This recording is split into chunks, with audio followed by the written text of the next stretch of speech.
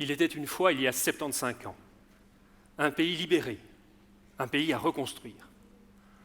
En 1944, travailleurs et patrons ont uni leurs efforts dans un but commun: relancer l'économie, assurer la prospérité et offrir un confort matériel sans précédent à chacun. Les travailleurs se sont mis au service des entreprises. Ils ont accepté des tâches peu intéressantes, comme le travail à la chaîne. En retour, les patrons ont augmenté les salaires et les cotisations ont permis le développement de la sécurité sociale. Tout le monde était gagnant. Ce pacte social a été synonyme d'âge d'or. 30 années de forte croissance économique ont changé le monde. La télévision, le lave-vaisselle, la voiture sont entrés dans le quotidien des familles. Au-delà du confort, la consommation est devenue un mode de vie, un projet de société. Pour beaucoup de gens, le travail a été réduit à un moyen d'avoir des revenus. C'est dans le loisir, dans la consommation, que l'on a commencé à chercher sa raison de vivre. Mais dès les années 70, le Club de Rome attire pour la première fois l'attention sur la question écologique.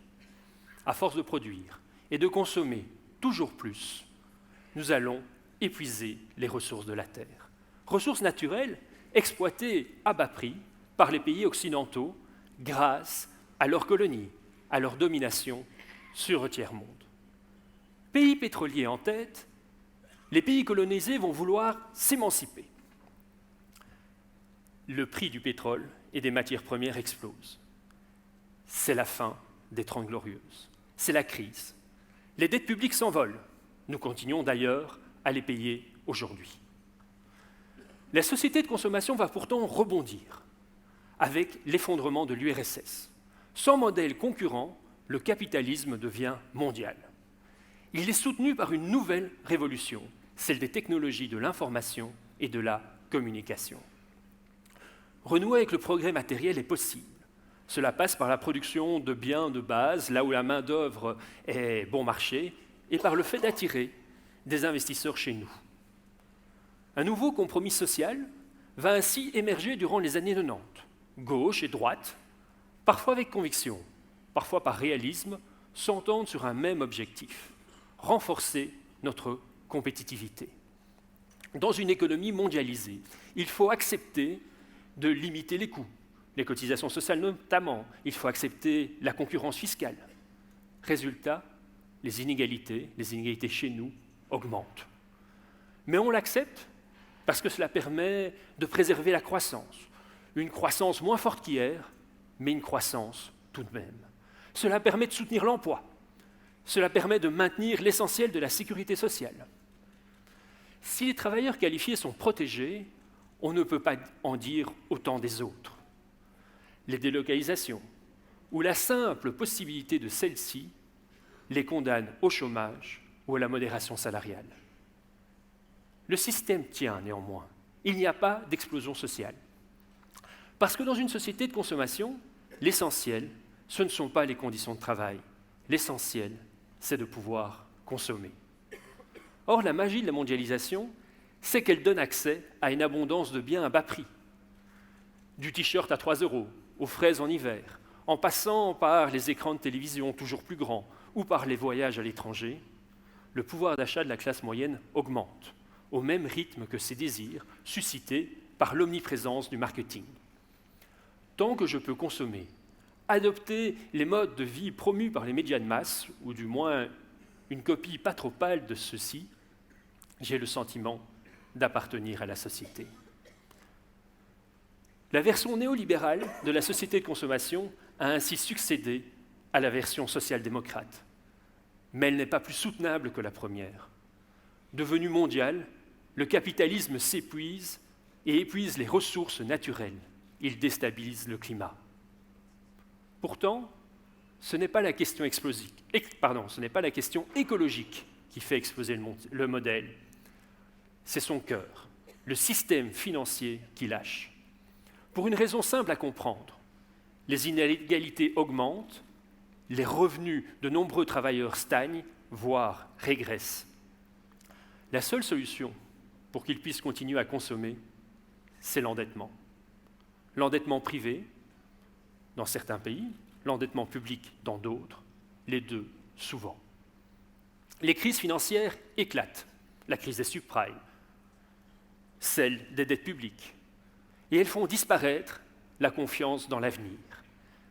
Cela fait 10 ans que nous sommes en crise, 10 ans que les banques centrales injectent de l'argent, 10 ans qu'aucune solution structurelle n'est apportée, 10 ans que nous manquons d'imagination. Et pendant ce temps, le réchauffement climatique s'aggrave, la population vieillit, le sentiment d'injustice se généralise et le populisme monte. Comment s'étonner dès lors qu'une écrasante majorité de la population pense que nos enfants vivront moins bien que nous demain? Et elles auront raison. Elles auront raison si l'on reste passif, si l'on continue à s'accrocher à un passé qui n'est déjà plus notre présent. Vouloir avoir toujours plus aujourd'hui demande de prendre aux autres. Poursuivre dans cette voie, c'est choisir de diviser la société, d'opposer les groupes, de renforcer les tensions sociales, et au final, nous serons tous perdants. Cela ne veut pas dire que l'on doit se résigner. Cela ne veut pas dire que l'on doit renoncer au progrès. Jouer sur les peurs, annoncer la fin du monde et l'effondrement de la société, c'est se condamner à voir deux camps se faire face. Ceux qui sont persuadés d'avoir raison et qui s'autoriseront des moyens radicaux pour sauver l'humanité, et ceux qui se replient sur eux-mêmes, ne veulent pas renoncer à leur confort et voient dans la radicalité des autres la justification de leur aveuglement. À la peur, préférons l'espoir. Il ne tient qu'à nous de faire d'autres choix. S'il n'est plus souhaitable de vouloir toujours plus, rien ne nous empêche de vouloir mieux. Nous pouvons créer un nouveau modèle, un modèle dans lequel chacun sent qu'il vivra mieux demain. Nous pouvons nous entendre sur un nouveau contrat social. Nous pouvons chercher dans le progrès dans la croissance, mais la croissance qualitative plutôt que quantitative. Nous avons un an pour débattre ensemble de ce que vivre mieux peut signifier concrètement. Notre alimentation, par exemple. L'industrialisation de l'alimentation pose question. De plus en plus de personnes rejettent ce modèle. De nombreux problèmes de santé ne s'expliquent plus par une dénutrition, mais par une consommation excessive d'aliments de mauvaise qualité. Aujourd'hui, privilégier une agriculture de qualité est l'une des politiques de santé les plus efficaces possibles. Investir dans la qualité des biens et des produits peut être aussi une stratégie économique, une source d'innovation et de nouveaux marchés pour nos entreprises. La Commission européenne l'a d'ailleurs bien compris en faisant de la lutte contre le réchauffement climatique le nouveau moteur du projet européen. Encore faut-il que l'on dépasse les discours sans nuance.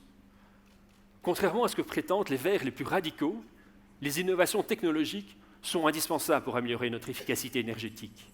Mais contrairement à ce qu'espèrent les conservateurs libéraux, cela ne signifie pas que l'on doit rien changer à nos modes de production, à nos modes de consommation, à nos modes de vie.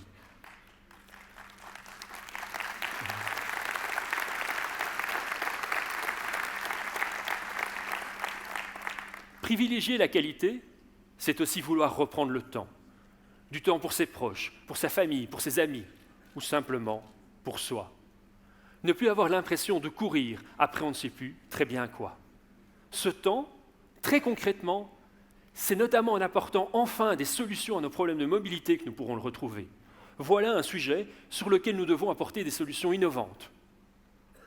Privilégier la qualité, c'est également redonner du sens à son emploi.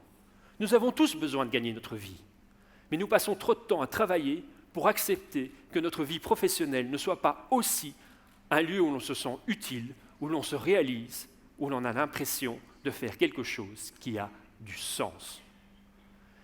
Privilégier la qualité, c'est donner à chacun le sentiment qu'il appartient à la société, non en consommant, mais en participant. Que ce soit par son travail ou par ses engagements.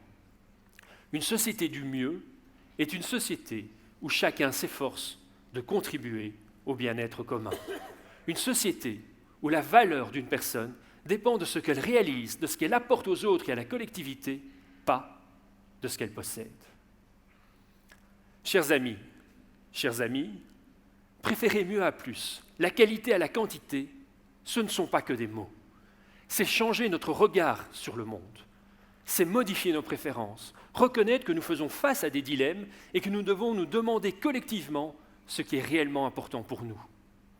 Notre société est à réinventer. Un nouveau pacte social est à définir, un pacte pour vivre mieux demain. Soyons porteurs de cet élan, mettons-nous en mouvement, proposons un discours positif, inspirons la confiance en l'avenir, afin que chacun ait la conviction qu'il fera beau demain.